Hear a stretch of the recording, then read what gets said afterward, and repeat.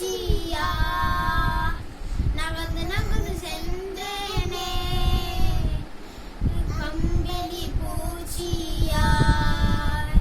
நகர்ந்து நகர்ந்து சென்றேனே